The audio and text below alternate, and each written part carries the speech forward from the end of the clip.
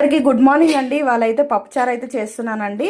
ముందుగా పప్పు అయితే వాష్ చేసి పెట్టుకున్నాను. చిటికెడు పసుపు అయితే వేసుకొని ఒక 3 విజిల్స్ వచ్చే వరకు అయితే ఉడికించుకోవాలండి. ఆ తర్వాత ప్రాసెస్ అయితే మళ్ళీ చెప్తానండి. ఓకేనా అండి? ఏందండి ఇంకా తాలింపు అయితే వేసేసుకుందామండి. పప్పుచారు కోసం అయితే ముందుగా ఒక బౌల్ పెట్టుకొని దాంట్లో అయితే ఆయిల్ అయితే వేసుకోవాలండి. ఇవాళ పొద్దున్నే ఎవరి ముఖం చూసానా కానీ వేలైతే తెగిపోయిందండి. కట్ చేస్తుంటే కూరగాయలు అయితే కట్ చేస్తుంటే చూడండి ఎంత పెద్దగా తెగిందో. ఎండుమిర్చి వేసుకోండి, కొంచెం జీలకర్ర వేసుకోండి, కొన్ని ఆవాలు వేసుకోండి, పచ్చిమిర్చి వేసుకోండి, ఆనియన్స్ వేసుకోండి. ఒక 2 ఆనియన్స్ అయితే వేసుకుంటున్నాను.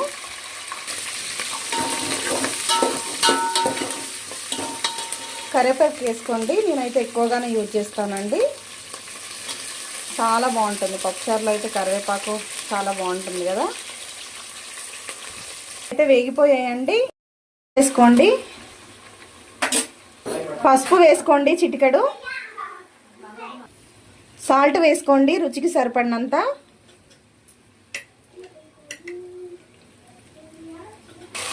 కారం వేసుకోండి,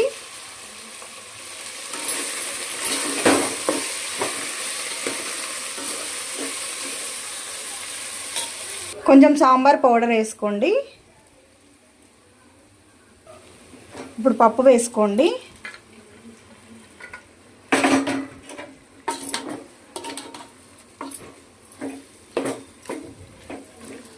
పప్పు వేసుకొని ఇదంతా మంచిగా కలుపుకోండి. కొన్ని వాటర్ వేసుకొని మరిగించుకోవాలి. ఆ తర్వాత చింతపండు రసం అయితే వేసేద్దాము. చూడండి ఇలా వాటర్ పోసేసి మరిగించుకోవాలి. తర్వాత చింతపండు రసం అయితే వేద్దామని చెప్పాను కదా ఇందాకైతే. టమాటా వేసుకోండి. టమాటా అందులో వేస్తే చాలా మగ్గిపోతుందని నేనైతే ఇప్పుడైతే వేస్తున్నాను. ఉట్టిగానే ఉడికిపోతుంది కదండి టమాటా అయితే, అందుకని ఇప్పుడు మరిగేటప్పుడు వేసుకుంటే మంచిగా ఉడుకుతుంది. చింతపండు రసం అయితే వేసేసుకుందామండి. ఇంకా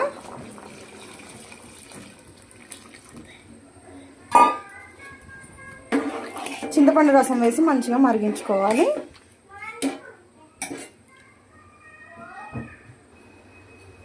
పప్పుచారు ఎంత మరుగుతే అంత టేస్ట్ అయితే ఉంటుందండి. పప్పుచారు ఎక్కువసేపు మరిగించుకుంటే చాలా టేస్టీగా ఉంటుంది. వేసుకోండి, కొంచెం కొత్తిమీర వేసుకోండి.